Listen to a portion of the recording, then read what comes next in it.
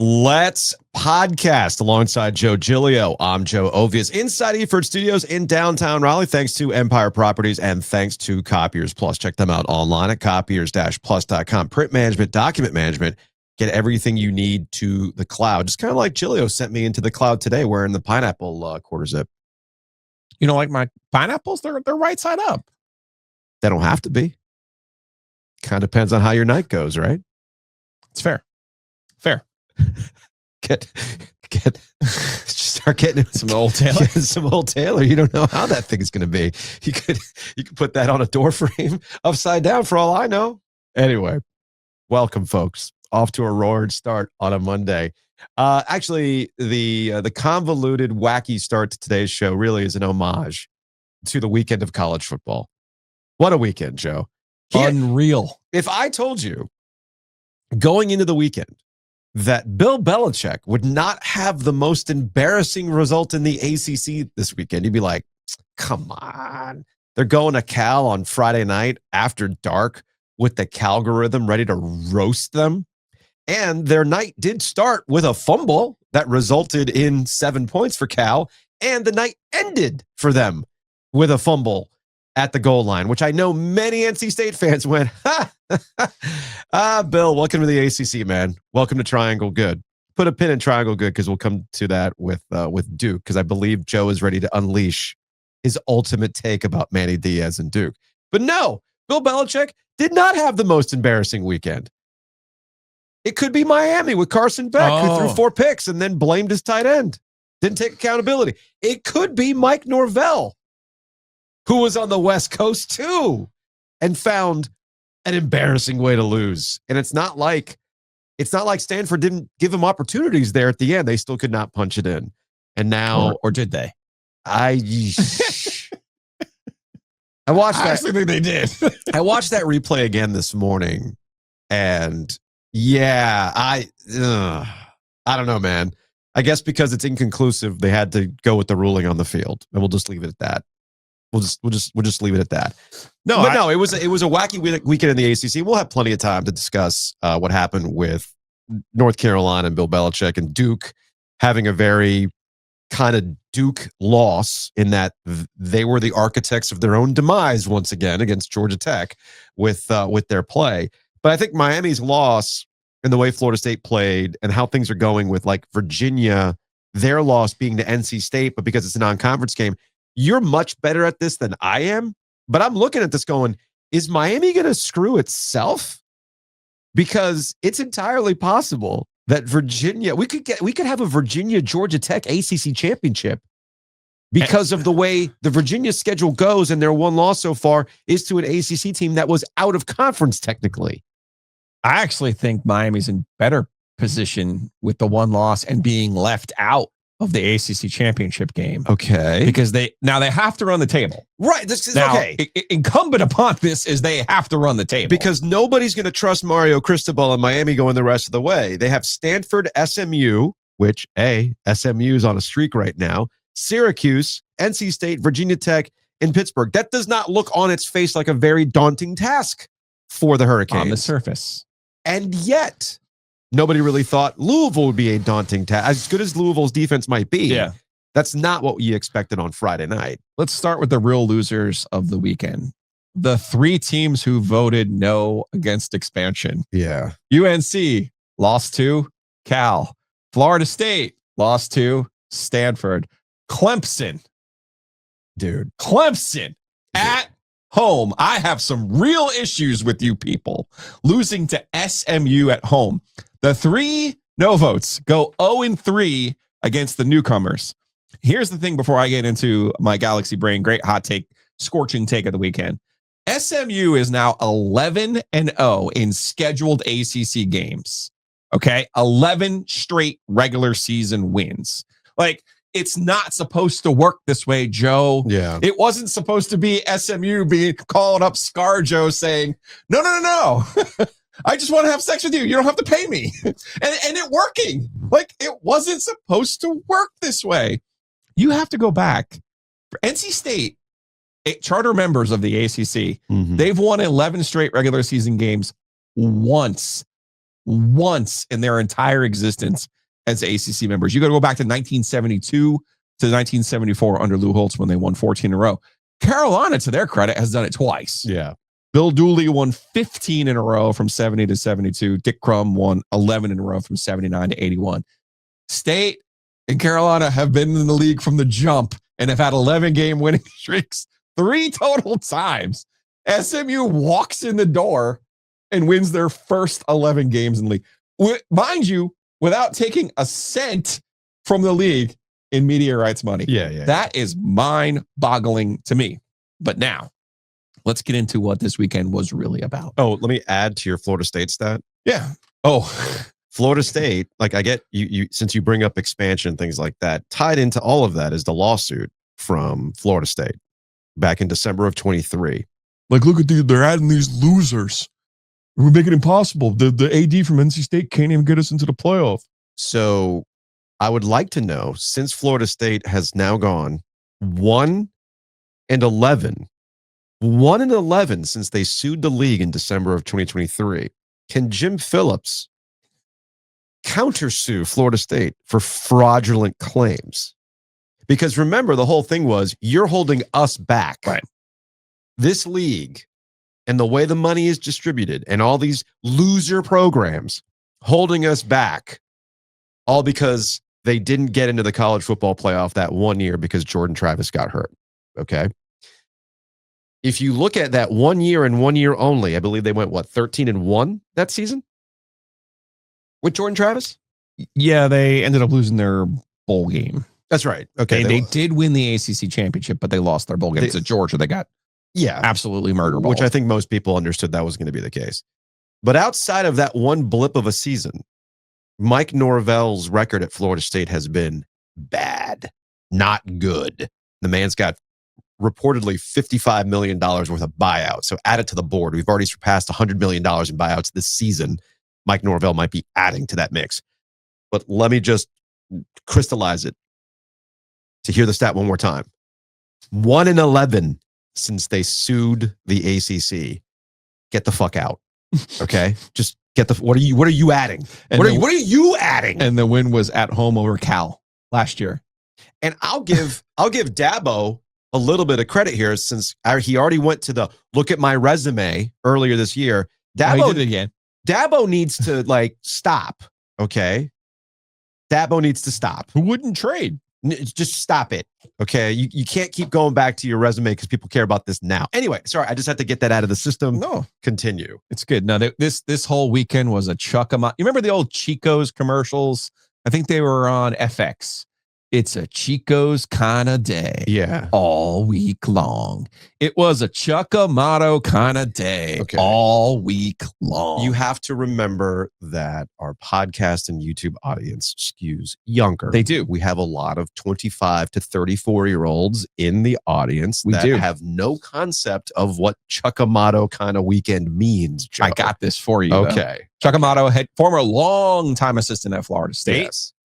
Former football player at NC State, hired after Florida State won national championship in 99, he was hired at NC State.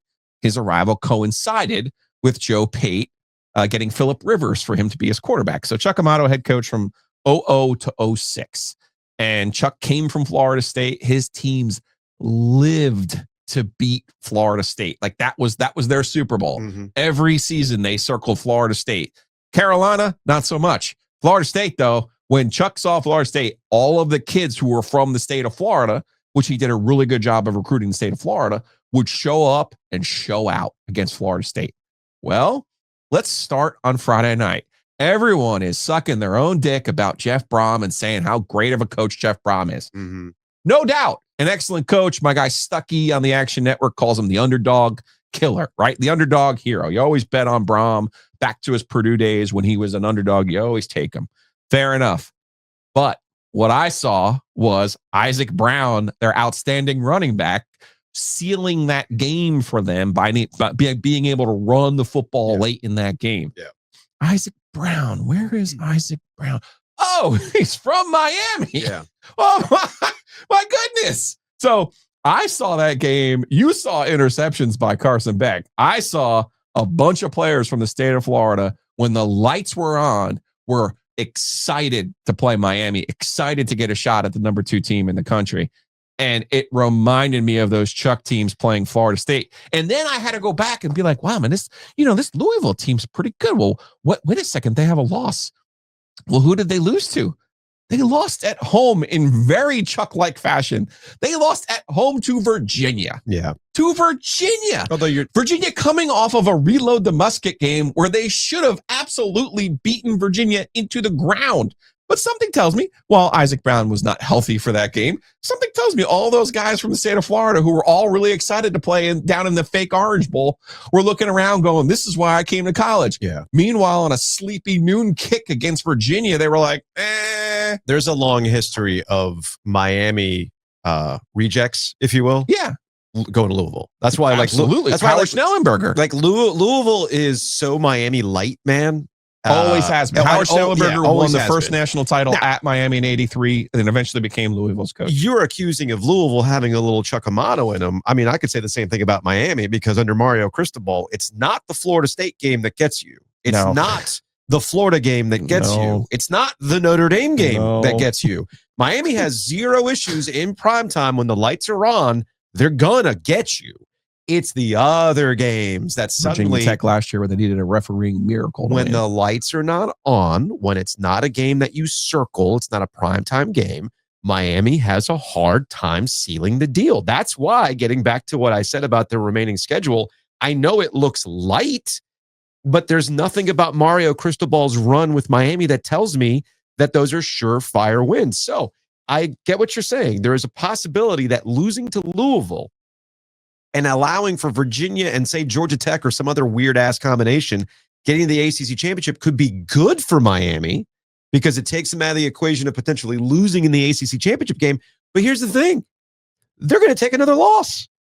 They're going to take another loss in this slate. I don't know who it is. I know. That's what they have to avoid. But they're going to take another loss. Straight up, hard stop, right? So, yeah, Miami's going to fuck itself when it's all said and done because that's what Mario Cristobal does at Miami. Anyway. Now let's go to Saturday afternoon. Speaking of Chuck Amato and an homage, Manny Diaz, who was from Miami, his father was the mayor of Miami. I've heard that story. And Chuck Amato was the king of recruiting in the state of Florida. Yeah. Brought young Manny in as a grad assistant, a Padawan learner, first at Florida State and then at NC State. Yeah. Okay.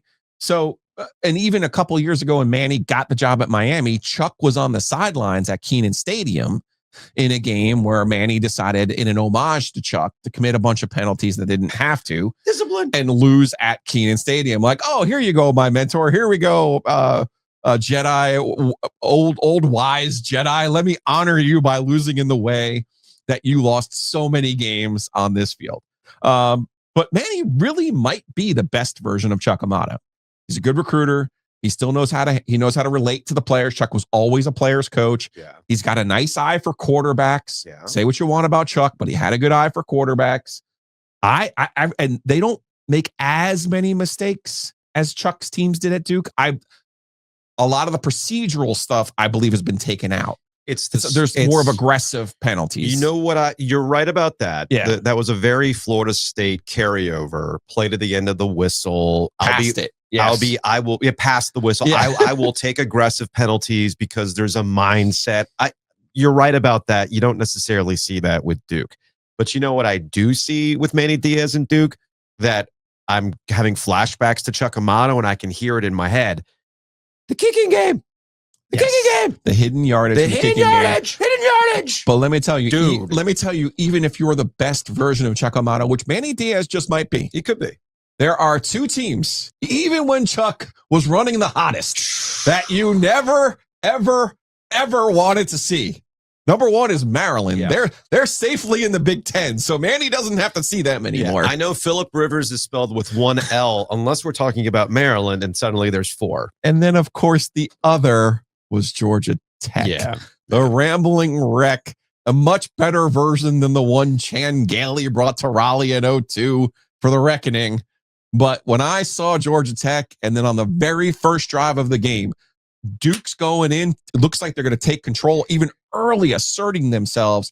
They fumble. Georgia Tech gets a scoop and a score. and it really kind of set the point differential back. If you just watch this game with no stats and no scoreboard, you would say Duke's beaten them by 3 touchdowns. Duke massively outplayed Georgia Tech for large swatches of this football game.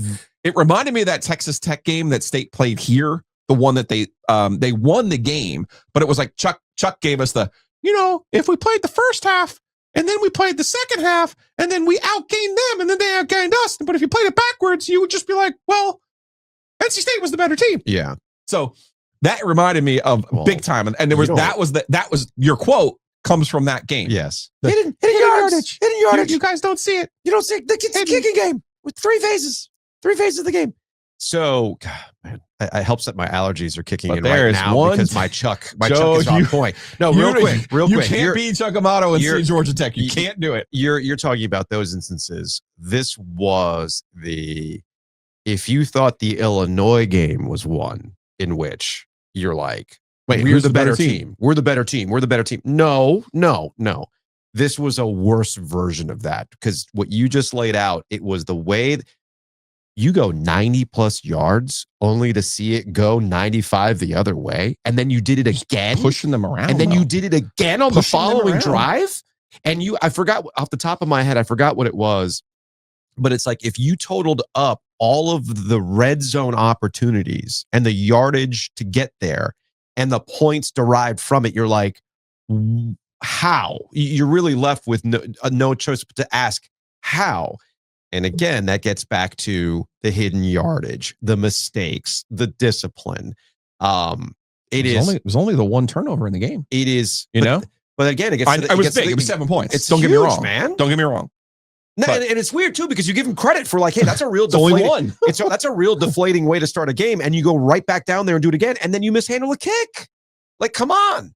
So this again, I don't think Manny Diaz realized what he was saying earlier this season when he talked about being the architects of their own demise, but he really did crystallize how the season's going to go for Duke. You had an opportunity, and the opportunities to correct these things were in non-conference play. Okay. And the ACC was right there for you. Now, I'm not saying that the ACC is a wrap for them, obviously, because this is what I said last week when we talked about how everybody was being dismissive about NC State, right? And the rest of their season. And they're never going to make a bowl. I'm like, what about this schedule? What about the teams you've seen so far in the ACC would make you believe that anything's a surefire win or a loss? Hey, man, it is a crapshoot the rest of the way for everybody right now, except one team. North Carolina. Oh, no, we can't get there yet because we got one more example of it. It was a Chuck Amato kind of weekend. Okay. Florida State in the late game on Saturday. Yeah. Florida State had an all-time finish at Stanford.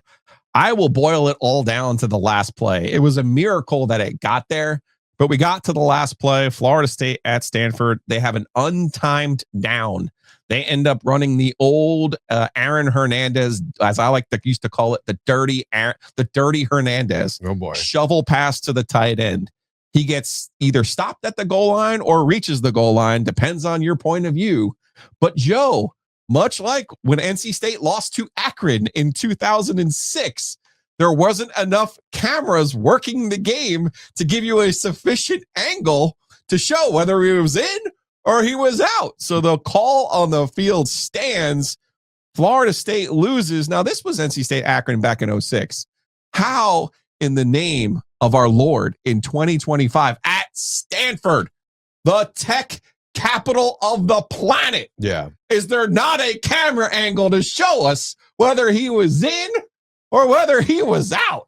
And then, of course, in 2005, you have Chuck Amato losing a game to Carolina because replay didn't exist. Does nobody have some Meta Ray-Ban glasses on them? Like they can't outfit the refs with those? Losing a game at the goal line is Chuck Amato at his pure essence. Yeah. What an homage. What a weekend in the ACC.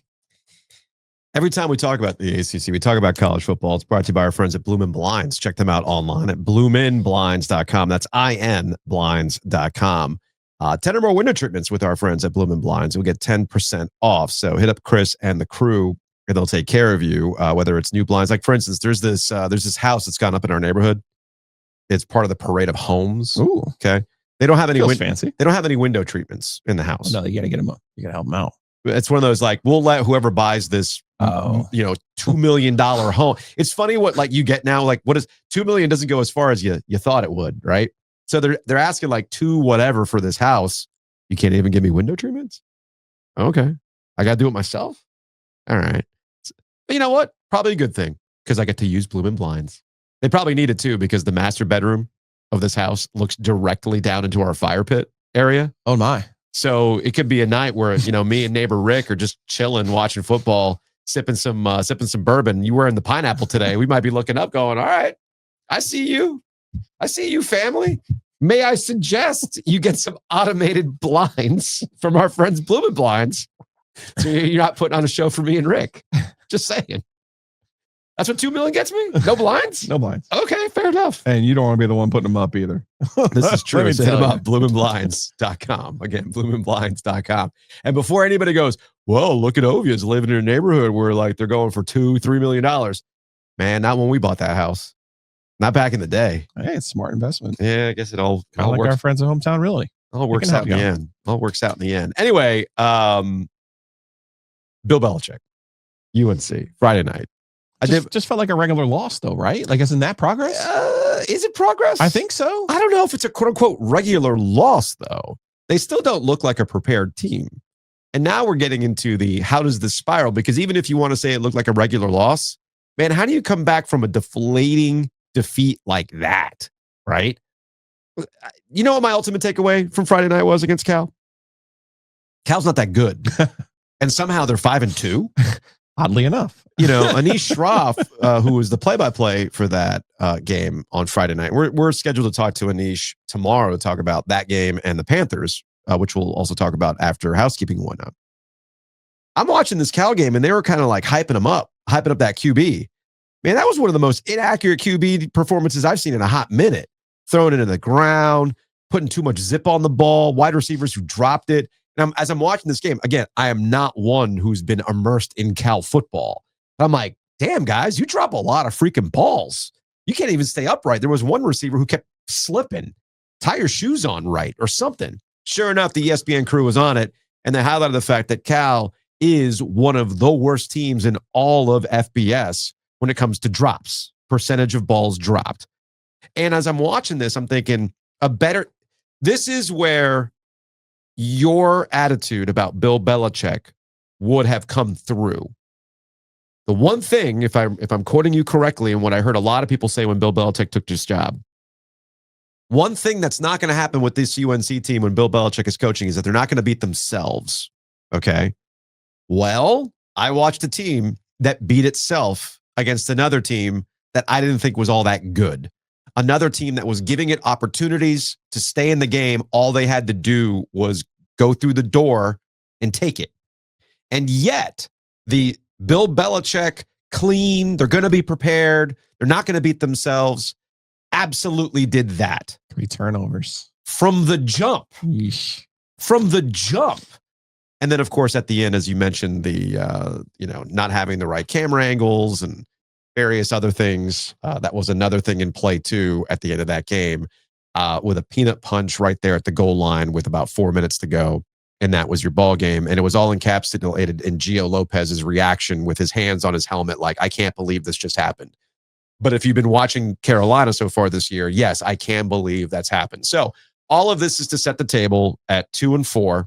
Well, you saw who scored what would be the game deciding points for Cal, right? Was it not? Was it not Kendrick Raphael? It was the Wolf Blood. The Wolf Blood, Kendrick Raphael. Yeah. So if Little Billy had just said beat State instead of beat Duke, he wouldn't have spoken Kendrick Raphael into existence. So anyway, that was my ultimate takeaway from Friday night: is that all the things that people said this Bill Belichick team was going to be has not come to fruition. They do not look like a prepared team, and now we are entering into the you're stuck with Bill gut check time for these players.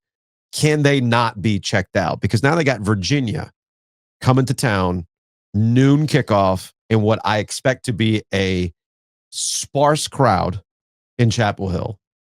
Sparse crowd. You don't think there's a Virginia takeover coming? Maybe. I don't know. I don't know how well Virginia fans travel. Yeah. right? If Virginia Tech If there was ever a time you're a Virginia fan, you're going to go to a game in Chapel Hill, it would be Saturday. If it were Virginia Tech and Virginia Tech was cooked, like let's say switch out the uniforms. If Virginia Tech was in this situation and they were coming to Chapel Hill, I would expect a Hokie takeover in Chapel Hill. That's fair. I don't know what to expect out of Virginia on Saturday. What I do know is that there's no reason for Carolina fans to go to this game. They've kind of seen enough. They've checked out. They're disappointed. It's going to be a real sleepy Saturday afternoon in Chapel Hill for this one. Who's even the concert for Saturday? Oh, do they have one every game? Yeah, the Chapel Hill series is for every home game. That's awesome. I have to double check on that one, right? So you start to ask the question, all right, what's going to happen next for Belichick? Are you looking it up right now? Are they going to pop one? You don't think they pop one? No, I don't. Okay. Who on the schedule are they going to do it against? I mean, go look at your schedule. Who are they going to do it against? That they care about? Yeah. It would either have to be this or Duke. It would have to be for fans to care. I don't. You know, Virginia fancies themselves Carolina's rival. No, right? I know that. I know that. I know that. Yeah. But again, I don't know what like the Virginia makeup is in this area anymore. That's what I'm getting at. So what I'm pointing out in terms of what you see on their schedule the rest of the way, and given how the year is gone, Joe, we got collective soul. Collective soul, collective soul, Joe. Oh man. Are you kidding? Whoa! I love how the 8th and the 22nd are to be announced. It's like, who can we get? It's gonna be the who's the Shag band? Oh, chairman of the board. God, Suter loved that shit. Carolina the girls. music. Best in the world. Collective soul now, sir. But again, they're going to be on the stage at 8:30. Who doesn't want to Can we hear? get a late start, Who doesn't please? want to hear at 9:45? Yeah. Who doesn't want to hear that? Who doesn't want to hear that at 10 a.m.? Yeah. Housekeeping. Big thanks to Enovana. Check them out online at enovana.com. Green Cleaning Solutions. If you have mess inside your mansion or trash in your cabana, get it clean with Enovana. OG Light. Y'all are asking, wait a minute, you guys are still making OG Light? Yes, we are still making OG Light. It is available at a variety of places. You can get it at the Rialto. Now that it's spooky movie season, you might want to go see a movie at the Rialto. You can get OG Light on draft. Ooh. You can go to the Raleigh Times here in downtown Raleigh. You can get it on draft. You can buy cans of OG Light. Speaking of downtown Raleigh, you can get cans of OG Light at Peace Street Market. So you got that going for you. I believe we've got a case at Beer Study in Durham. So go check. We're expanding our empire. We have to get people are like, you got to get it out here. All right, cool. So it's at Beer Study in Durham. I'm pretty sure it's out there right now. You can get it at our friends at Longleaf Swine as well. Yeah. Check them out, longleafswine.com. You can get cans of OG Light there. So we've got a variety of different places. Butcher's Market, select Butcher's Market locations as well. When I have a tally of all the locations, I'll put it out there on social media. But I do know off the top of my head, that's where OG Light is available. And of course, you could go to Bob Brothers and Carey, like you did. I did. To get a keg. Yeah. Carey's got a lot going on, man. Yeah, it's man. impressive. There's a lot that's been built up over there. So that's where all the places you can get OG Light. Also, a reminder, thanks to everybody who's done this after I put the call out. These are things that you kind of forget. They get lost in the shuffle. You can subscribe and rate us. Ooh. Those are the types of things that help with the algorithm. That's what helps with podcast discovery. So on your favorite podcast app, could be Apple, could be Spotify. I don't know. By all means, give us 5 stars, 5 stars only, positive vibes only. Leave a review. Those are the things that help with discovery on the podcast aspect of things. And as it relates to YouTube, we got premium stuff on YouTube. That's our membership channel. You can go, if you've already subscribed, awesome, we appreciate you. But next to that button is a join button. And for $5 a month, you'll get premium content like OG on Business and the OG Mailbag. As you can see, I've got the new rowback layering shacket action button down. Which one do you like better, the gray or the brown? You know me, I'm more of a gray guy, gray and black guy, but sometimes you got to mix up the wardrobe a little bit. I do like the brown. The brown's it's fall AF, if you will. It looks good. It's fall AF. So head on over to Rowback. They got a lot of goods, man. Quarter zips, polos, hoodies. I also got the new Ready crew neck. It's a little bit of a thicker material, heavier weight, but also super, super comfortable. I'm unfamiliar with this. So I got one of those. You'll see me wearing that one probably later in the week when it gets a little cooler. But in the meantime, go to rowback.com, use the promo code OG20.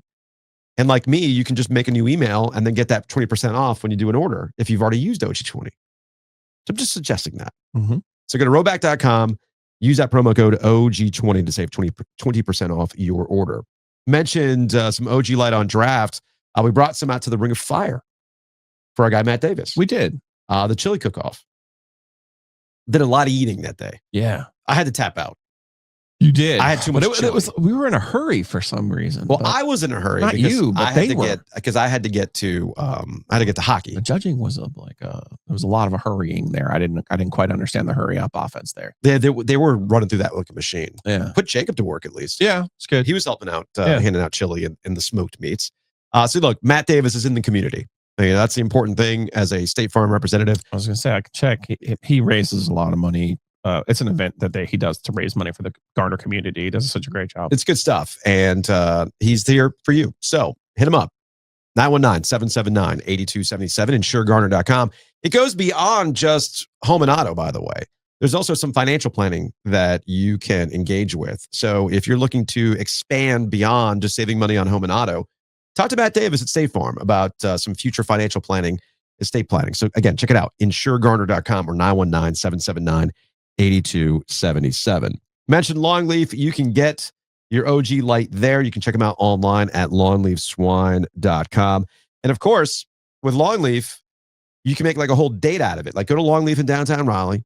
You can go to the new Longleaf location in the old Sawmill Tap Room location in the Greystone Shopping Center. And then you can go visit our friends at Two Roosters, tworoosters.com. They got the October flavors out in full force. They've got, when the Canes eventually return home, you can get the Slave and Sunday. And it's always a good time with the kiddos, especially in the Greystone Shopping Plaza. Like it's a whole night. Kids can get their ice cream. You can go next door and get a beer, which by the way, we got to talk to Jared about getting OG Light in the bottle rev next door to the Two Roosters. Okay. I mean, it's going to be corporate champion central if you think about it. Ooh. So just something to to think replace Lake Boone shopping area? I don't know. The Lake Boone location is still OG epicenter if you think about it. So go to tworoosters.com.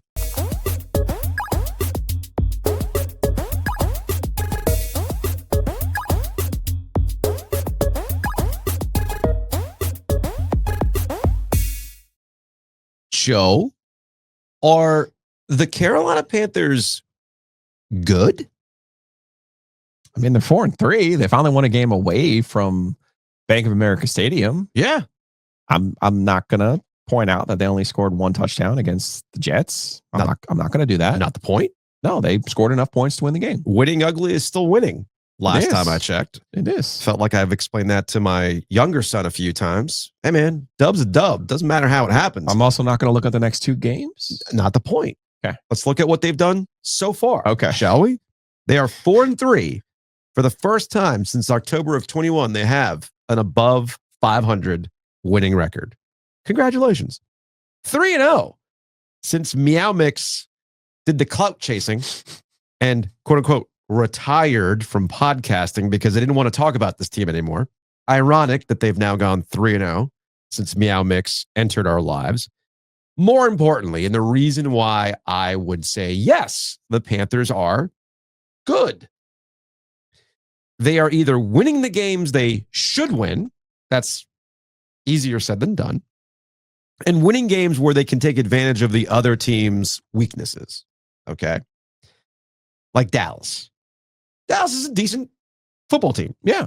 Okay. Perfectly competent on offense, that's for sure. Yes, but not so great on defense. And they found themselves in a shootout. They took advantage of it. And that was part of the Rico Dowdle 2 weeks of excellence where he was just running all over the place with nearly 450 yards of total offense, running and in receiving, right? Mm-hmm. So when you kind of put us all together, you're left with no choice but to say, yes, there's no contextualizing. There's no nothing. You're 4-3. You've won games you're supposed to win. Well, yeah, lost one you probably should have won. Yeah. Arizona probably haunting you right now. And then you went on the road and you beat a bad Jets team with a good defense, but a bad Jets team. And even more so, the Carolina Reaper continues to do its thing. So in this game against the New York Jets, Justin Fields gets benched. This is something they've been flirting with all season. The New York media has been on the Jets about the play of Justin Fields and whether or not they're actually going to go in a different direction. But you have to remember the context here. Tyrod Taylor was not brought into the Jets to challenge Justin Fields. This was his job. Okay. Yes. And Tyrod Taylor getting put in this game made me have the realization of, wow, he's still in the league. But you could say that about a lot of quarterbacks right now in the NFL, like the Icy Hot Bowl from this past Thursday between Joe Flacco and Aaron Rodgers. Okay. I mean, honestly, I felt like you should have been on the call Thursday night. I probably should have been. You know, it's just out here, just making sure everything is loose and limber, right? So Justin Fields gets benched in this game. That's another aspect of the Carolina Reaper coming through. And then we don't have to talk a lot about the Dolphins other than to say that if you needed further evidence that it's over for Mike McDaniel and Tua Tagovailoa in Miami, I present to you this past weekend of football against the Browns where they looked incompetent. Yeah, they got straight incompetent. They got run out of the gym by the Browns. Is Dylan Gabriel still quarterbacking? Right? Yeah. Anyway, regardless, the only thing that would have made it worse is Shedeur Sanders being the quarterback on record. But no, it was Dylan Gabriel instead. So the Carolina Reaper is in full effect right now. And then one other thing to give you the evidence that no, they're actually good. I give you Aaron Schatz, Football Outsiders. He's the one that I usually have that Bible of football analysis here at the desk. Credit to the Panthers. This is from Aaron Blue Sky. We had them with the worst projected DVOA. They aren't really an above average team, but they're a lot better than number 32. And they do have a winning record. So kudos. That's kind of the most backhanded way of saying good job, Panthers.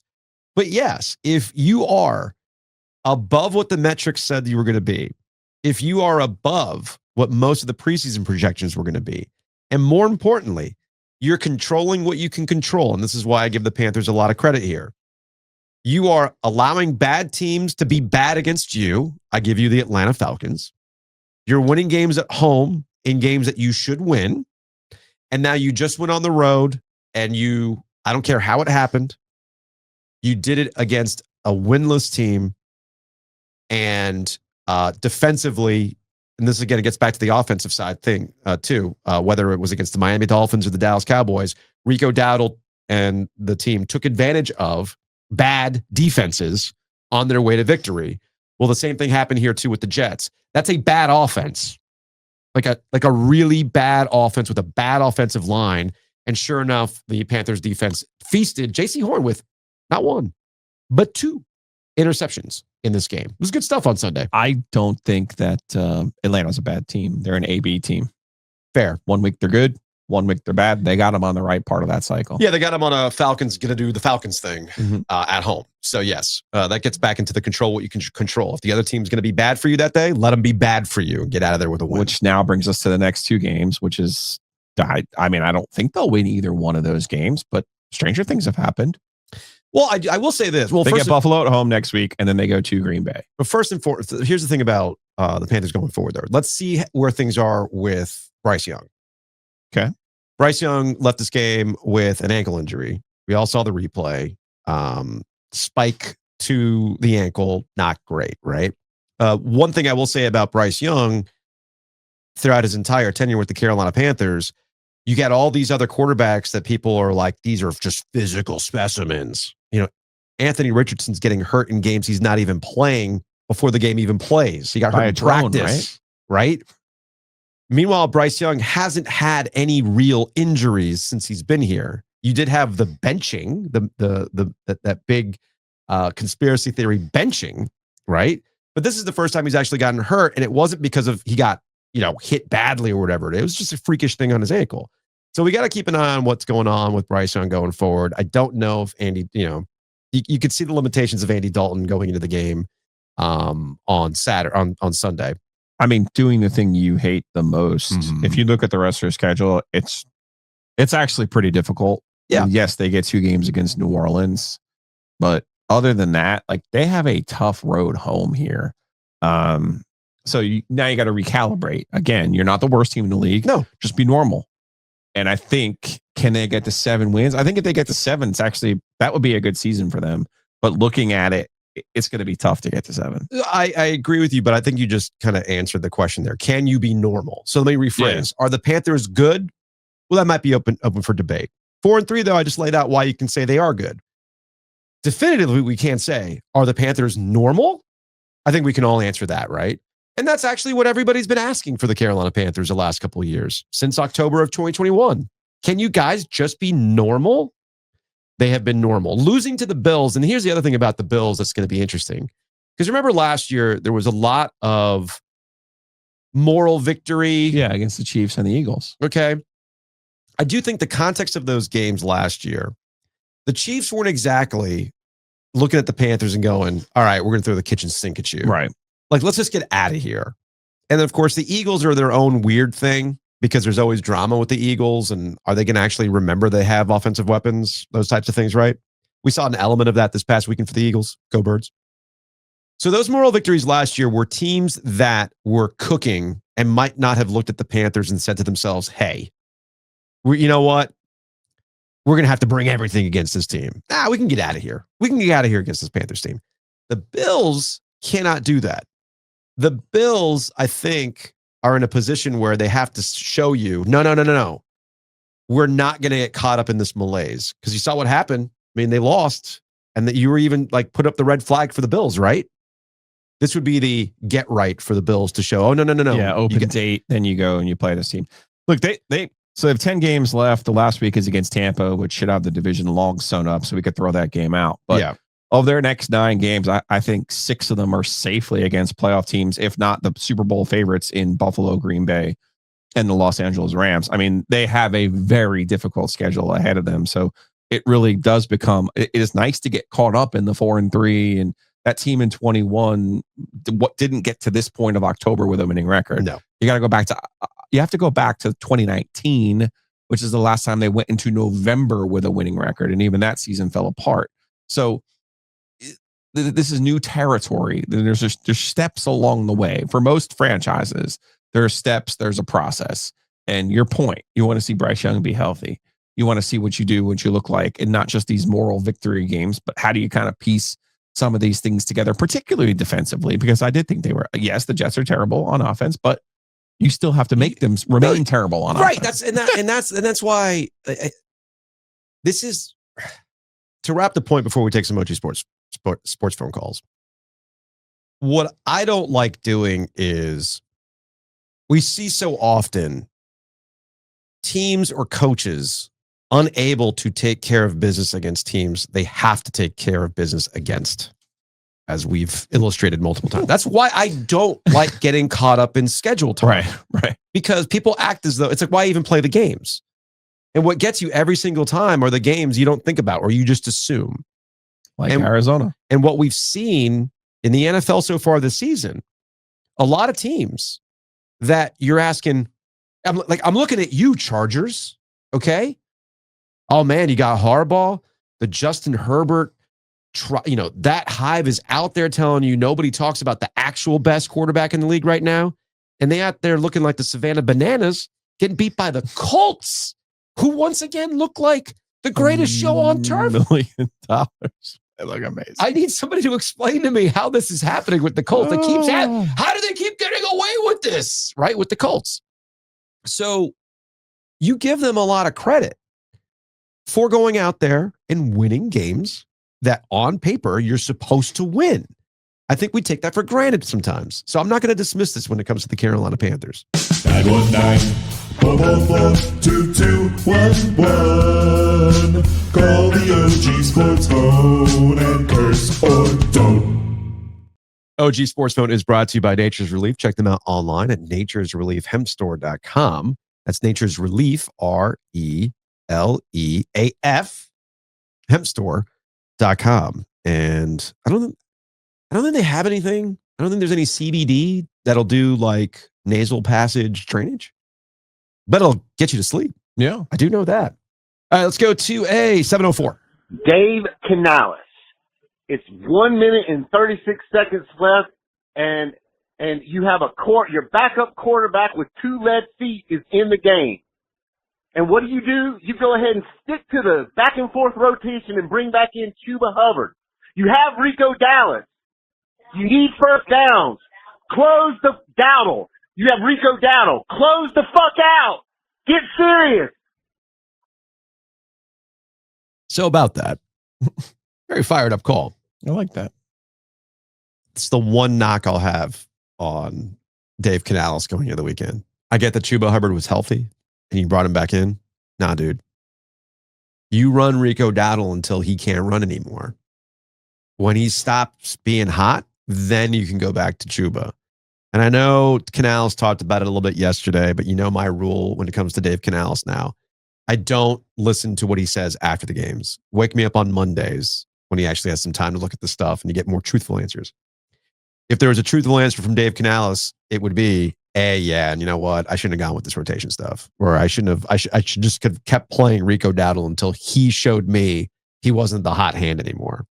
So hopefully the lesson was learned there. All right, let's go to 919. Hey, OG, NC State moderator here. I had a couple of thoughts about something Dimitri said. And honestly, I think this is more, Dimitri did say this, but this is also directed to the rest of the fan base for the Panthers. But Dimitri said he was out on Canales as a coach. And I understand why. Like, I definitely do. And I'm still not fully decided yet. But looking at their body of work this year, when Dan Morgan came in, he talked about winning in the trenches, and that's where we need to start. And looking at how they're doing as far as running the ball and stopping the run, granted, like, it depends on who you're playing, but they're getting better in both those areas, I think, especially in the run defense this year. Like, it feels like a 180. We'll see as the rest of the season plays out, and I'm not saying that this is how I feel, but I think Canales is doing a good job executing Dan Morgan's vision for the roster. And some of his play calling has been pretty good. Like, I think Dallas was a great game. I know there's some, like, young coach mistakes that have happened that are pretty egregious, but hopefully Dave's the kind of guy that can react to those mistakes and correct them. Granted, there's always, like, it always feels like Bryce is getting the play in late, and I don't know if that's on Dave or Bryce, but as far as the operation goes, it feels more consistent, more solid. But, yeah, just my thoughts. And I wanted to get this in on Saturday before the Jets game because they're going up against a good running back, a good mobile quarterback, so we'll see how the rushing defense holds up. And it's a game you should win.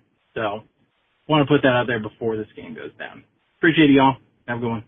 See, I didn't realize that call had come in before the actual game. But to the moderator's point about the Jets and the whole idea of controlling what you can control. Like, so what I said earlier, you got the Miami Dolphins, you got the Dallas Cowboys. What do they not do well? Well, they can't stop you. That's exactly what they did with Rico Dowdle. All right, with the Jets, it was they don't have an offensive line. Justin Fields has not been good. Can your defense, which has actually been pretty good against the run so far this year, continue that? Take advantage of what the other team is presenting to you. Sure enough, that's exactly what the Panthers did. The longest run the Panthers have allowed during their 3-game win streak is 8 yards. Carolina's pretty good. Carolina's given up a total of 131 rushing yards in that span. That's 2.5 yards per rush. Again, this is why I get back to the central question of, are the Panthers good? This is what good teams do. Good teams, or teams that understand what they are, go out and execute what they are. I know that sounds overly simplistic, but look around the NFL. A lot of teams can't do that. So I give the Panthers a lot of credit for taking advantage of what the other teams are giving them. Let's go to 919. Hello, G. 4:08 p.m. Sunday afternoon. Percy driver. Hear me something good.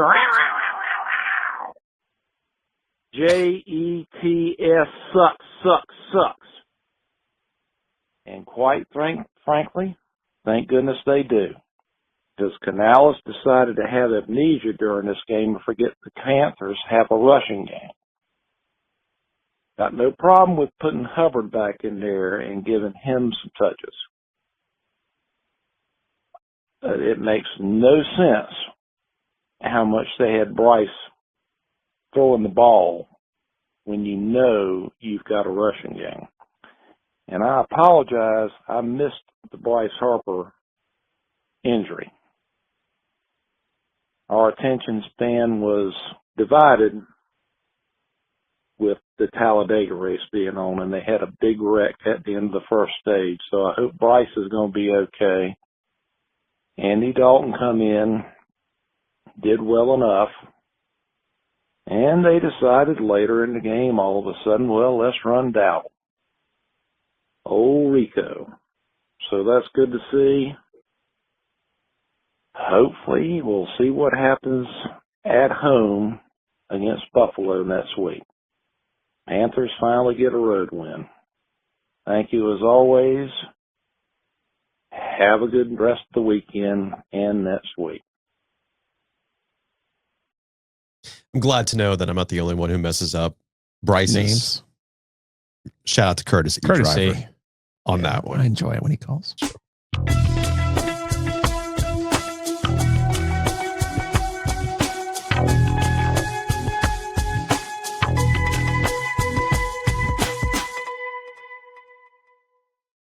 Big thanks to Miller Lending. Check them out online at millerlending.com/theog, or you can call them directly at 919-447-3377.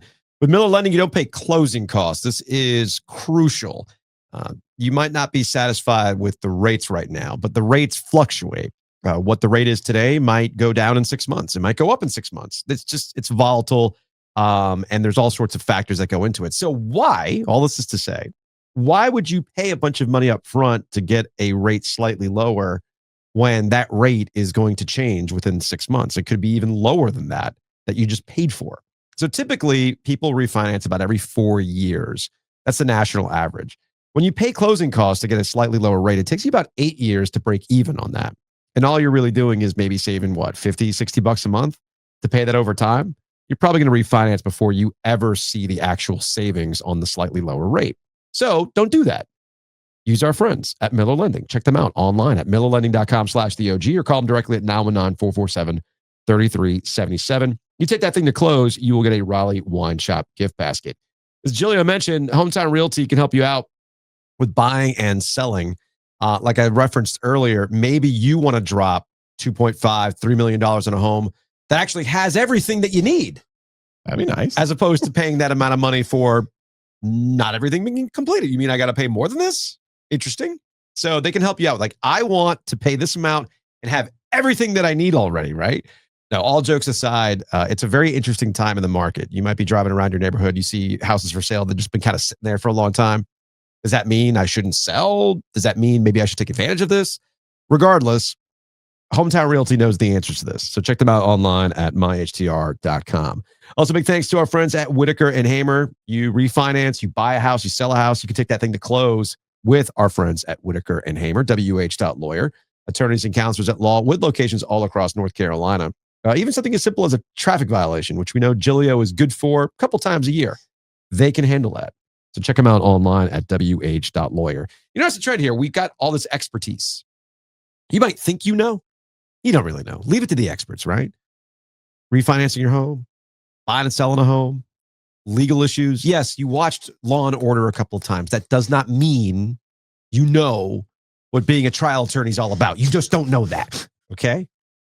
Much like you might think you got a handle on your finances. You might think you know the cash ins and outs. I'm looking directly at Joe Giglio. No. It's quite an ad read for me. No. You need a fractional CFO to handle that for you. BrassfieldAccounting.com. Chris Brassfield, Homer, Alaska. He can help you, especially if you are dealing with government grants. You're getting money from the government in some form or fashion, helping running your business.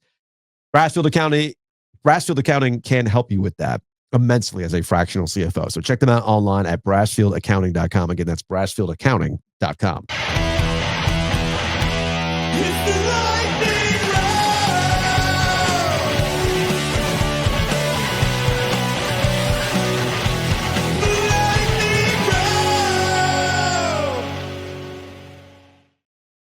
Well. Carolina Hurricanes are 5-0. On fire. Seth Jarvis has been on fire. Blazing hot. Do we take credit for that? I feel like we're part of it. Okay. Small piece. You got an OG bump? Yeah. I mean, he called his shot. I got to turn into some social media clips. I've been sleeping on this. I'll admit that I've slacked on pulling these clips. But Jarvis, when we talked to him before the start of the season, openly talked about, people say the Carolina Hurricanes don't have stars. Right. And, it's all in the chasing of the stars. Oh, Gensel, gotta get him. Right? Oh, off he goes. Oh, Mikko Rantanen. Well, we don't need to rehash that one, right? Mitch Marner, who they'll see tonight. Oh, no, that didn't get him. All right. I mean, they got Ehlers, but that's not I don't think that's what we were talking about. Jarvis said, we need to be the stars. I have to be the star. Sebastian Aho has to be the star. Andrei Svechnikov needs to be the star, although he's had a slow, there's been some ups and downs with Svechnikov so far this season. I know, shocking, right? Svech and Ehlers have yet to produce a point this season. Meanwhile, Seth has 6 goals and 2 assists, off to a blazing start. Although I do think there's a different conversation about what Ehlers and Svechnikov are doing. If you wanted to, and we talked to Mike Maniscalco about this last week, if you want to tell me that Ehlers, while he's not on the score sheet, is making plays, okay, I'll hear it. That's not what you're paying him for. Right. Same with Svechnikov, who I think has actually done a worse job of that. And we've seen they that. are paying Svech to score goals. Yes, and he's not doing that. That's a bigger problem. Yeah. And we'll see how they step up, because the other thing about this 5-0 start, especially the start of this road trip, they're not exactly seeing the top end teams in the NHL. Now they get to start seeing that starting tonight and when they return home. I think in the first game they return home. But that's neither here nor there. Their next 3 games are Vegas, Colorado, and Dallas. Those are the 3 best teams out west. Yeah. So here we go. So we'll get a true litmus test of where this team is at. But look, man, 5-0 is 5-0. The other thing I would say about the Carolina Hurricanes in terms of contextualizing how they've been playing is the fact that they've been dealing with some injuries and some uncertainty, right? So, yeah, I mean, their best player's not playing. Jacob Slavin is not playing, and we don't really know what's going on there. Right. Shane Gostisbehere got hurt, so we don't know his status right now. Going in, at least at last check, I don't know what his status is right now. Kochetkov got hurt. Have not seen him this season. And you're relying on Bussy to fill in the gap to make sure that Freddie Anderson doesn't have regular season wear and tear, because we know that the goal is to get to the playoffs with a fresh and limited in the regular season Freddie Anderson. So far, Bussy has stepped up. So I think what I would get at here is that what is probably more impressive than the 5-0 start in and of itself, like just a straight record, is the fact that they've added some pieces and they've hit on guys like Bussy or Riley coming in, right? As Jacob Slavin is hurt. And you've asked guys like Seth Jarvis, healthy, to step up. All those things are happening at once. So far, so good for the Carolina Hurricanes. Plus, it's early. I mean, it's not a sprint. No matter what Rod says. Not a sprint. I think what's interesting is it's almost status quo for the Carolina Hurricanes, right? I mean, they have figured out how to start the seasons the right way. It's been a huge help for them, because you got to remember, during those dark years, they would have these slow starts where they'd put themselves behind the 8 ball. Now, all of a sudden, you get to March and April. It's like, well, if we win 10 of our last 12, and if everyone around us loses every single game, we can be the 8th seed. And it's like, no, if you just kind of play it the way you're supposed to play. Yeah. It doesn't have to be winning every game, obviously. But, we've seen them do this before. It's helped them put them in position in the second half of the season, because you got to remember, the Olympic break is going to be wonky this year. The whole thing is going to be wonky. So it's good. And they're going to have a lot of guys that are going to end up playing a lot of extra games. So they need to figure out the best way to get themselves in position to have a little bit of a cushion for that second half of the season. Let's go to a 910. Hey, Joe. I think we need to start having a serious conversation about Seth Jarvis. If he stays on this pace, he's in line for an MVP level season. That's all I got. Have a good day. Bye. Yeah. I mean, it depends on if he, as you put it, keeps this pace. And the other reason why, if the pace is kept up, I'm willing to hear this argument, is because Seth Jarvis has the personality that national NHL will put their arms around. Getting back to that conversation with Seth Jarvis about, we can be the stars. They say they don't have stars. We can be the stars. Cool. We saw that star turn earlier this year with the Four Nations tournament. And we saw Seth Jarvis get another bump with the Amazon show, right? He had an episode featuring him. And now that's backed up by the play. So you put the personality, you put the performance. Seth Jarvis is the key that can unlock some actual normal discussions about the Carolina Hurricanes rather than the dumb conversations about the Carolina Hurricanes. Yeah, I mean, never forget, Eric Stahl is the only player in the history of this franchise since it moved to North Carolina with a 100-point season. Yes. I can't tell you how. It's like NC State not winning 10 games in football. Like, it just doesn't make any freaking sense that they haven't had a 100-point score. Well, could be it. Now, it's not the guy we expected it to be because everybody's, again, it gets back to Andrei Svechnikov. Like, that's what the money is for. Yeah, I mean, I think assists are always the way that you're going to pad it, but the only way to get real assists is for someone to be a 40-goal scorer. Would obviously be some kind of accomplishment for Seth Jarvis to do that. I hate all MVP talk. I know the person is, No, I know what the person says.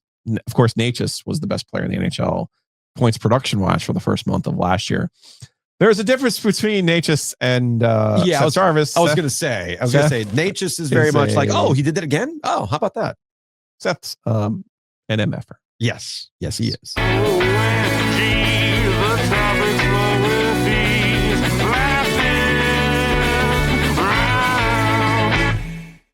Speaking of MFers, Shohei Ohtani is that MFer. Wow. So I don't know. Maybe it's because it happened on a Friday and you get into college football and you get into the NFL. But I don't think most of us have processed what exactly Shohei Ohtani did as the Dodgers wrapped up the series and got to the World Series. In that he had 3 home runs, 6 innings, 10 strikeouts. That's one of those ones that you don't have to look it up. You don't have to Google that one. And this is where, like, in the day and age that we live in, where you can contextualize just about anything, right? Baseball knowers, football knowers, they always have some sort of fun stat that can bring you. We make fun of it when it comes to the Carolina Panthers. Like the tape eater that's watching the fourth quarter, a garbage time, and say, well, no quarterback in the NFL had a fourth quarter quite like Bryce Young. Context, people. Context, right? Or there's some level of like, well, when you adjust for war and yada, yada, you're like, cool. You can throw a bunch of numbers at me to contextualize why this thing is good or historic. That is not required in any way, shape, or form with what Shohei Ohtani did on Friday night. There is no looking up, like, let me Google the last time a Major League Baseball player had 3 home runs, 10 strikeouts, in 6 scoreless innings. You don't have to Google that one. That's an immediate, that's the first time that's ever happened. And it's weird because I guess it happened on a Friday night. We're so football centric, and maybe it's because the Dodgers, it's in LA, it's on the West Coast. I don't know. Maybe it's because Shohei Ohtani he's not Aaron Judge, right? He's not playing for the Yankees. He's not American, right? But I almost feel like I got buried over the weekend. And I'm like, guys, we just witnessed a 1 of 1. Like, this is something that, I don't know, maybe if baseball was in a different standing, you know how many books get written about what happened on Friday night? Am I missing something here? I ended up watching this game. I obviously had money on the Dodgers. Of course you did. But I was watching this game. The first home run that he hit was pretty good. And then for whatever reason, I'm alive. I'm watching the second one. The second ball was 469 feet. The second ball that he hit is the furthest ball I've ever seen hit in an actual baseball game. Not a home run derby, not a batting practice. This wasn't like, Josh Hamilton came to the DBAP and hit it out onto the Duke's campus. No, this was the playoffs. And he absolutely murdered the ball to deep right center field. 469 feet. I was like, that's ridiculous. Yeah. Doze out, watch some of the Carolina game because I'm like, well, we got to watch the third at bat. And sure enough, he lasers one out on the third home run. And I'm just like, this is crazy. This is just bonkers what he's doing. The Dodgers are a 1-for-1 with the Florida Panthers in that they played with their food during the regular season. They weren't exactly interested. They did enough to put themselves in a position to make the playoffs. And I'll be honest with you, Ohtani has not been that good in the playoffs. Playoffs. I don't care. But think about it. They beat the Phillies, who were their biggest challenger. Yeah. So they were slightly lucky to get the Phillies in a 5-game series instead of a 7-game series, but they beat them. They were slightly lucky to avoid the Mets in the first round because it was the Reds instead, but those are the breaks. You play who you play. Yeah. And when you play them. Milwaukee was the best team during the regular season, but you look at Milwaukee's lineup and you're like, and that's always been my problem. Like, who do you have? Who are your difference makers? The Dodgers not only have the difference makers in the hitters, obviously Ohtani has struggled, but the truth of the matter is Blake Snell and Tyler Glasnow, who they got after last year, they won the World Series with no pitching last year. They're going to win the World Series this year with no bullpen. Yeah. Like, what happens when they figure all of this shit out? This is Tyreek Hill. This is the Chiefs. Like, they're winning the World Series, and you're like, wait a second. You have a major flaw, and you're still winning the World Series. Yeah. It's not supposed to work this way. And yet, here we are. So you mentioned Ohtani's production before Friday night. Mm-hmm. That was typical morning routine, making coffee, having my grape nuts because I'm old. Got to need the up in the fiber intake, right?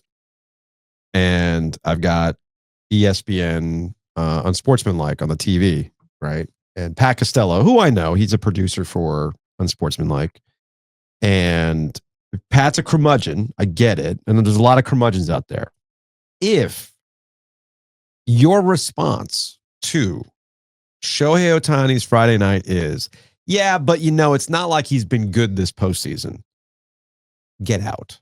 It's time to think about another career, because I'm now wondering whether or not you actually like sports. That you have to come in and see a once in a lifetime performance, one that has never happened before in all the years that baseball has existed. Okay. And I'm not sure it's going to happen again. This was a 1 of 1 on a Friday night in baseball that loves their stats. And your takeaway is, yeah, but if your immediate thought is, yeah, but it might be time to find a new hobby. There are many topics for lightning rounds today on OMG.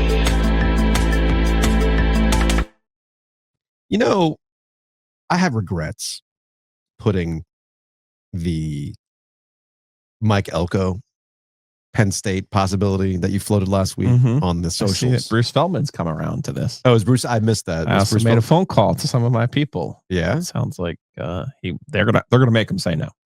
Penn State's gonna make him say no. That's fine. You have to make him say no. Yeah. So the Texas A&M people it's gotten in that slipstream, and they're just like, this is a poor take. Why would he leave Texas A&M and all that kind of stuff? I'll give you the reason why you would leave Texas A&M. Why would anyone leave the cult? This.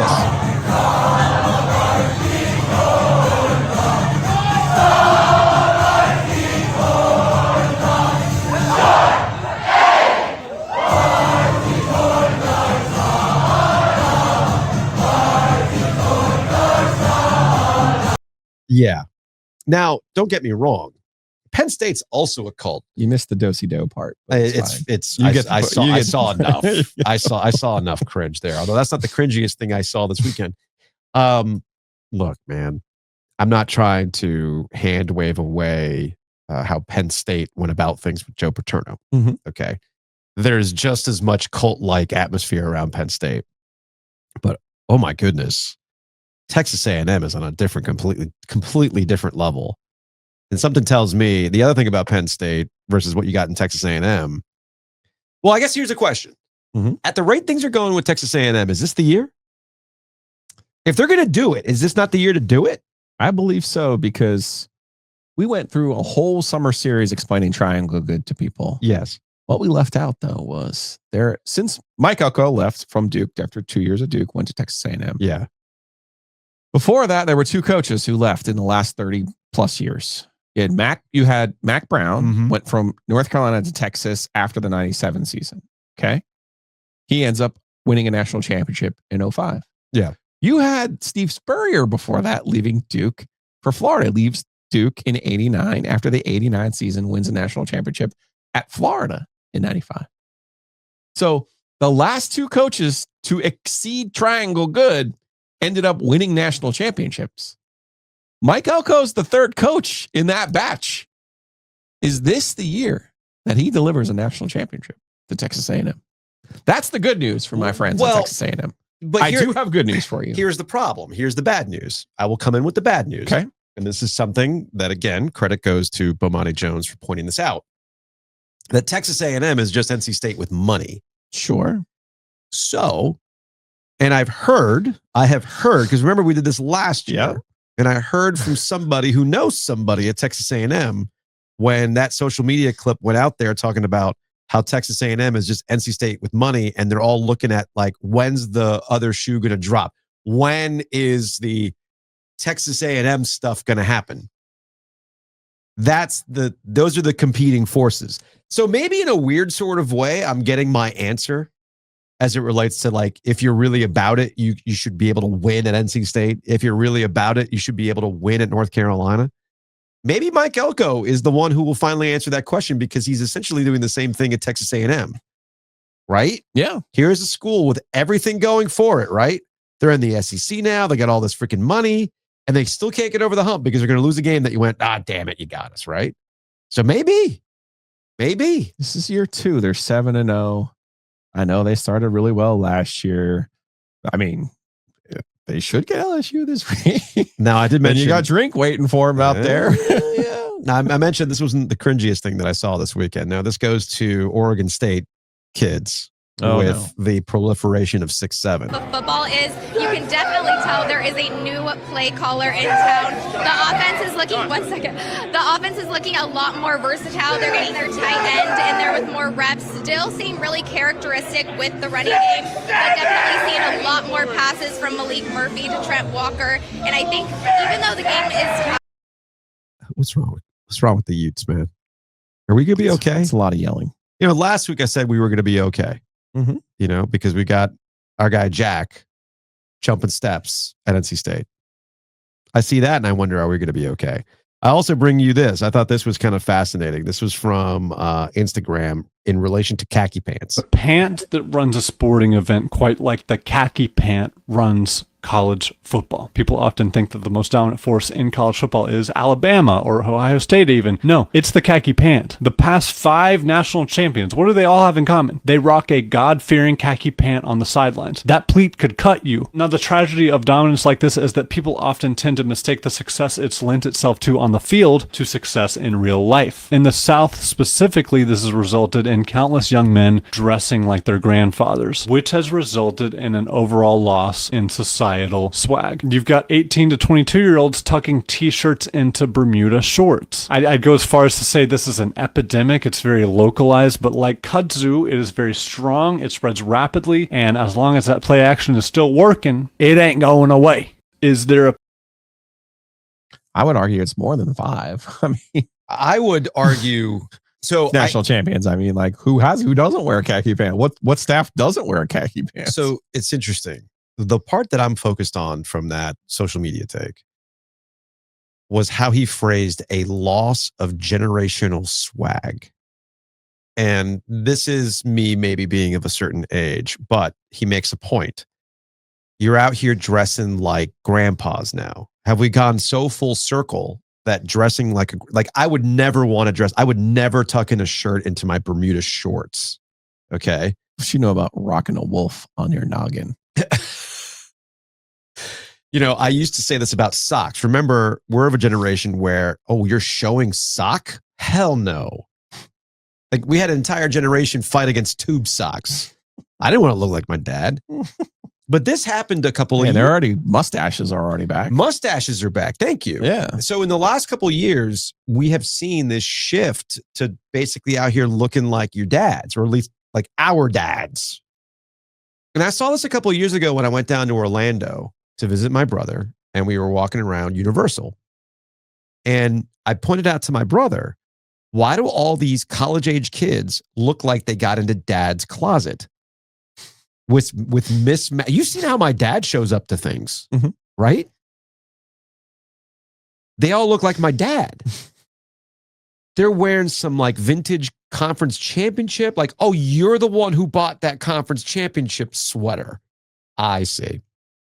My dad has divisional hats. Like, because you know my rule on this kind of stuff. I ain't buying a thing until they actually win it all.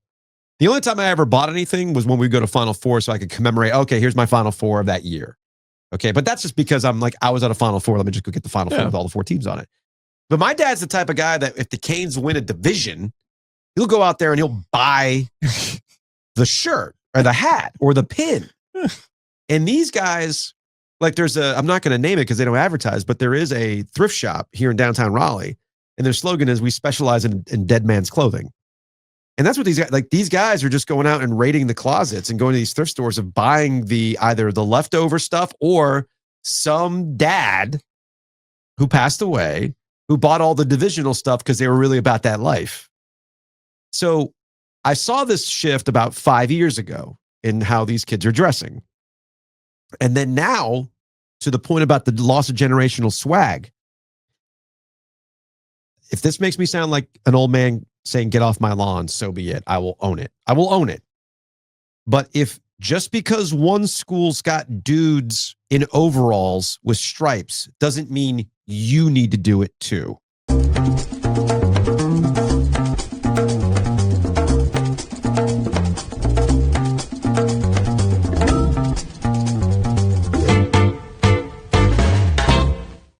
Joe, the NBA is back. We did a little Hornets preview last week. Yeah. With Walker Mel. He's optimistic. Well, they just need guys to stay healthy. That would be good. How about that? Is like the baseline for the Hornets this year playing? Yeah. Why not? The East is wide open. Okay. We'll go there. You can get odds on this at DraftKings. With the NBA being back, your favorite NBA players are here. Your favorite teams are here. You got optimism about things like the Hornets. And DraftKings Sportsbook is an official sports betting partner of the NBA. It is the place to bet on NBA stars this season. You're all up on Knipple rookie stats. Here's your place, man. So here's the deal. New customers bet just $5, get 3 months of NBA League Pass. Plus, score $300 if your bet wins. Paid in bonus bets. So, the Hornets might be a League Pass team this year, especially if people are hype on Knipple. Please stay healthy. And you can get 3 months of League Pass, plus $300 in bonus bets if your bet wins. So download the DraftKings Sportsbook app today. Use that promo code OG25. Again, that's code OG25. Bet $5 and get 3 months of League Pass, plus $300 in bonus bets if your bet wins. In partnership with DraftKings, the crown is yours. Gambling problem? Call 1-800-GAMBLER. In New York, call 8778-HOPE-NY or text HOPE-NY 467-369. In Connecticut, help is available for problem gambling. Call 888-789-7777 or visit ccpg.org. Please play responsibly. On behalf of Boot Hill Casino and Resort in Kansas, pass-through of per-wager tax may apply in Illinois. 21 plus age and eligibility varies by jurisdiction. Void in Ontario. Restrictions apply. Bet must win to receive bonus bets, which expire in 7 days. Minimum odds required. NBA League Pass auto renews until canceled. Additional terms at dkng.co/audio. Limited time offer.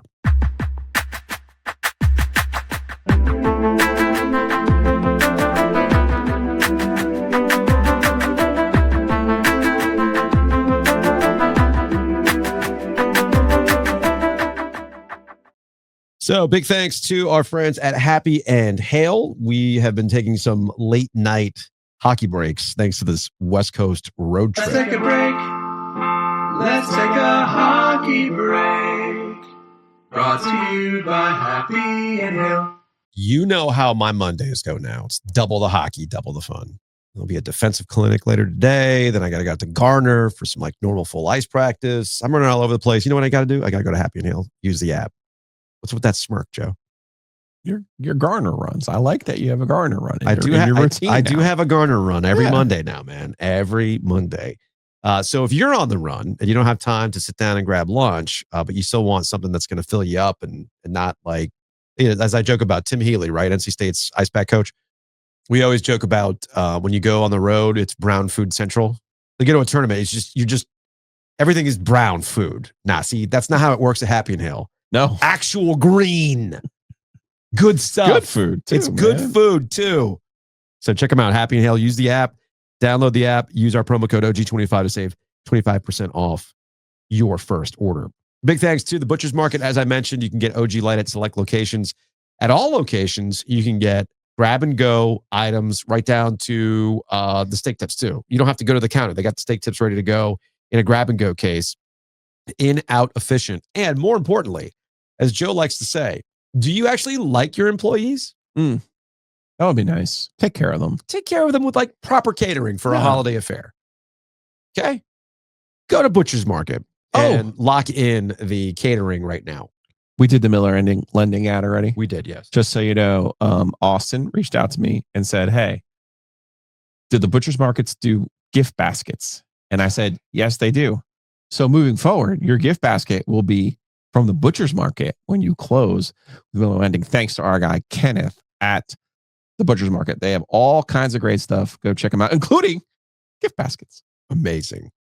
Give the gift of meat. Who says no? Big thanks to our friends at Mosquito Authority, Pest Authority. Bugsbite.com is the website. I was actually doing a bunch of yard work this past weekend. And I know that while it's getting a little cooler, you can still deal with some mosquitoes here and there. But you don't have to if you contact our friends at Mosquito Authority and Pest Authority. So you go to bugsbite.com. Again, that's bugsbite.com. Also, with all it's going to be dry here, but I know we've had a relatively wet 2025.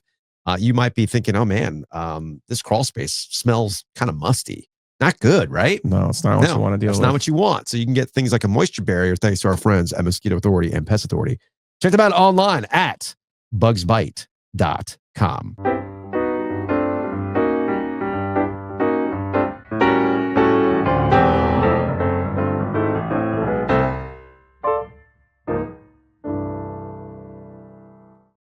All right, Joe, let's get out of here with some more Hey Joe OG sports phone calls, shall we? 919-444-2211. Call the OG sports phone and curse or don't. All right, I think this is a call about Triangle Good. So maybe it's not State, and all the State fans complaining about Doran that he can't win that program next step game. Maybe it's not State, maybe it's not Carolina, maybe it's just the Triangle football area is allergic to having their programs take that leap forward. Duke certainly played well enough to win today, and maybe they still might. We've got 2 minutes left, but self-inflicted mistakes again against a top 15 opponent again, and then mainly kind of empty Wallace Way Stadium again, and it's kind of like, okay, well, maybe we're destined to be Triangle Good forever. Thanks for the show. I feel like this is a time to remind people you can go to theog.shop. Again, that's theog.shop. That's the secret stash. It's probably time for Duke fans to even buy the Triangle Good hat at this point. It actually comes in the colorways that you would want. Royal blue and white. Who says no? It's yours. It's your world. And I'm just glad everyone's got to get there at their own pace. Like, we don't hate on Duke. It's a fact of the area. Look, all things are relative. For instance, we had a Mr. Marshall sent this to us on Twitter. You've got a sad guy in the bus with the wolf pack at 4 and 3, and then you got the happy guy on the bus looking out into the mountains and the sunrise and everything else, and he sees the Panthers 4 and 3. It's all relative. It is all relative. I will say this about Duke football fans. I like that you care, but as Joe also mentions, you're also understanding what it is to be Triangle Good. And yes, I get your point. It's about Doran and this and that. Maybe no team can do it. Nobody wants to hear that. That's the thing. Nobody wants to hear that. And it's fine. I respect it. Let's go to an 828. Guys, what is everybody freaking out about? There's not that big of an age gap. I mean, this right here says that Bill is also 24. I didn't have my glasses on. Sorry, I apologize. 2 and 4. Bill is 2 and... Okay. Yeah, no, he's still a nasty bitch. Yikes. Let's go to a 919. Hey, Joe. Sorry to make fun of your dad, but it would be so funny if Miami lost to a city in Kentucky that people in Kentucky, conveniently, consistently forget exists. Yikes. Wait, do people forget that Louisville exists? No. Come on. All you bourbon bros out there know where Louisville is. Come on now. People know where it is. Jeez. All right, let's go back to the sports phone. Another 919. Oh, yes. My man from the mean streets of Fort Lottie-Dottie. Do I have that right? No, you don't have that right. It's from Boca Raton, Fort Lauderdale. Come on. The poors live in Fort Lauderdale. The real money's in Boca. Come on now. Don't even. The Miami suburb, free the Cardinal Gibbons of Raleigh days. Anyways. This all seems oddly personal. Continue. I'm sure there's a lot of commiserating going on at the Cafe Versailles tonight. Some crying into the ropa vieja. Se me antoja. Hopefully there's no crying into the Cuban sandwiches, though, because it'll affect the crispiness of the bread or the little fine potato straws if you have to put those on that little potato sticks. No, hold on a second. Are we talking about a normal Cuban sandwich? Then no, you don't want to cry into the bread because the bread has to have that crispy outside. You're right. And actually very, very soft middle. That's very, very crucial. You don't want soggy bread for that. Now you're bringing up potato sticks. No. That's for the pan cone bistek. Okay. The pan cone bistek, that's where you put the little potato straws in. Or if you want the potato straws, you could also go with a frita, which is a Cuban hamburger. You put the little potato straws on that. You don't put the potato straws in a Cuban sandwich, though. I don't know what you're talking about. Those are delicious, too. Anyways, what else can we say, you know? Miami doing Miami things, and a story as old as time. The U is back. Did you hear the U is back? Just doing what they do with the exception of that one season at the turn of the century. Doing Miami things. Anyways, changing topics just a bit. Watching the curmudgeon here on TV, he actually seems kind of engaged tonight, though he seems a bit juvenile as he's playing on his iPad there on the sidelines. But hey, at least it's not total disengagement, right? All right, y'all be good. Bye-bye. It's a lot of people making fun of Bill Belichick on an iPad as though boomers don't love an iPad. I mean, where else are you going to share those problematic Facebook AI slop, right? I mean, other than toddlers who uses iPads, older people. Okay. You know? Yeah, my dad uses an iPad now that you say it. Yeah. Old people and toddlers use iPads. You give the iPad to the toddler at a restaurant so they just, don't bother you while you try to engage your meal. And you could probably do the same thing with your parents when you visit them for the holidays. All right, Grandpa, here's your iPad. Here's a shrimp Jesus. Share it with your friends. Jacob didn't want to take me up on the $1 per minute challenge. Oh, what? Looking at his phone? Yeah. Nah, dude, he's got too much Clash Royale to play. He's always on some ridiculous online game, sharing the memes. All right, let's go to 828. Fumbled handoffs. Holders can't hold on to the ball. Darius messed up, pissing down his leg in the second half. Is it basketball season yet? Congratulations to Duke. They actually finally joined us. Yeah. And it's ready for basketball. We're here now. Everybody, State, Carolina, they've been talking basketball because their seasons are effectively over. Let's just focus on the positive. It looks like the Georgia Tech loss finally got us there. Did you see the problem though already with college basketball? No. The BYU player had 30 points and 7 rebounds. And DeBonsta? Yeah. What about him? Well, that's pretty impressive. He's not here. Ow. Duke's run of getting the top player in every class. We've seen plenty of top players go to other places. Absolutely. Only for them to have great individual stats. And then Ben Simmons at LSU. Right. Yeah. And I'm not worried about it. All right, let's go 336. Hey, guys. Just looking ahead, because I know that I'm going to the Georgia Tech game and, thinking about it. Assuming NC State, Georgia Tech both win this weekend and Tech is coming in undefeated like Giglio said. State maybe wins against Pitt, but regardless, kind of just a mess season so far, but Dave can have a Dave special like he did back in 2023. Anyway, thought process here, looking at the entire college football schedule, and you guys should look at it too, what games stand out to you Mississippi potential game day, because if you think about it, am I delusional in thinking that there's a chance that game day comes to Raleigh for some reason?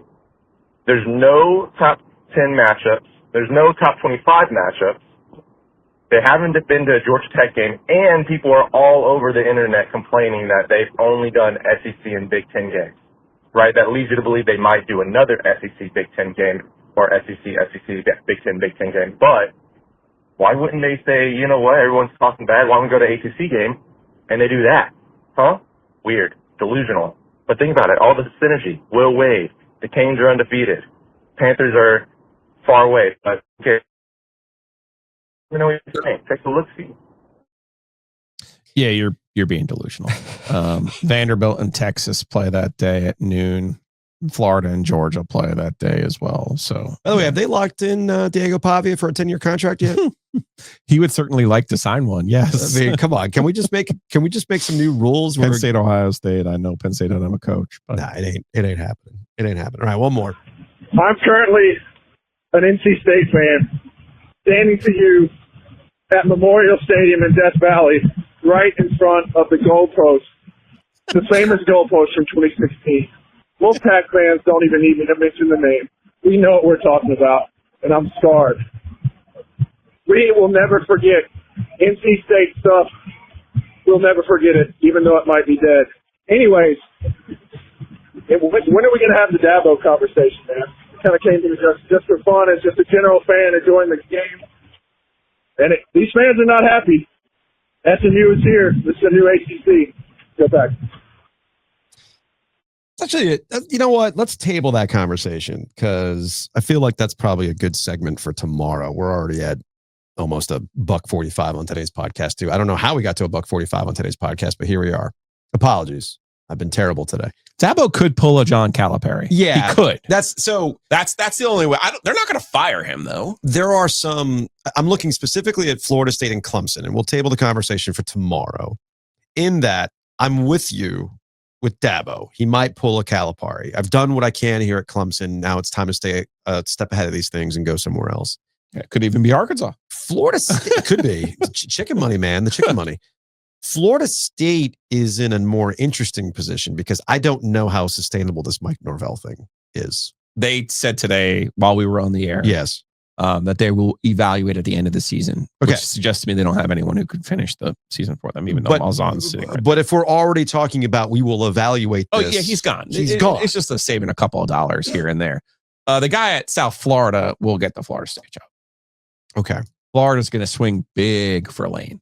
And big. There's all sorts of conversations about what is Florida State, what is Florida, Mm-hmm. okay, what's Clemson without Dabo. It's going to be a really fascinating offseason. And then when you throw on top of that, the idea that North Carolina and NC State could be looking for coaches at the same time for the first time, I think, in football. No. Chuck and Bunning. Yeah. No. They hired Butch. One hired Tom O'Brien. They were hired the same year. No, they weren't. Yes, they were. They were hired the same year? I promise you. Butch and Tom were the same year? Mm-hmm. Why don't I remember that? Because Bunning got fired with 5 games left, finished the season, then he beat Chuck. Chuck got fired quick after. That's right. I thought they staggered by a year for some reason. I forgot about that. Either way, that was a long time ago. Yeah. Still was a long time ago. It was. We're talking about 20 years ago? Yeah. 06. That's a long time. See, my memory fades me. Anyway, we'll table this conversation for tomorrow, because I do think it's interesting that it's nationally fascinating with all these coaches, but also in the ACC, we're going to see some serious changeover. We already saw it in basketball. We're about to see it in football. We'll see you tomorrow.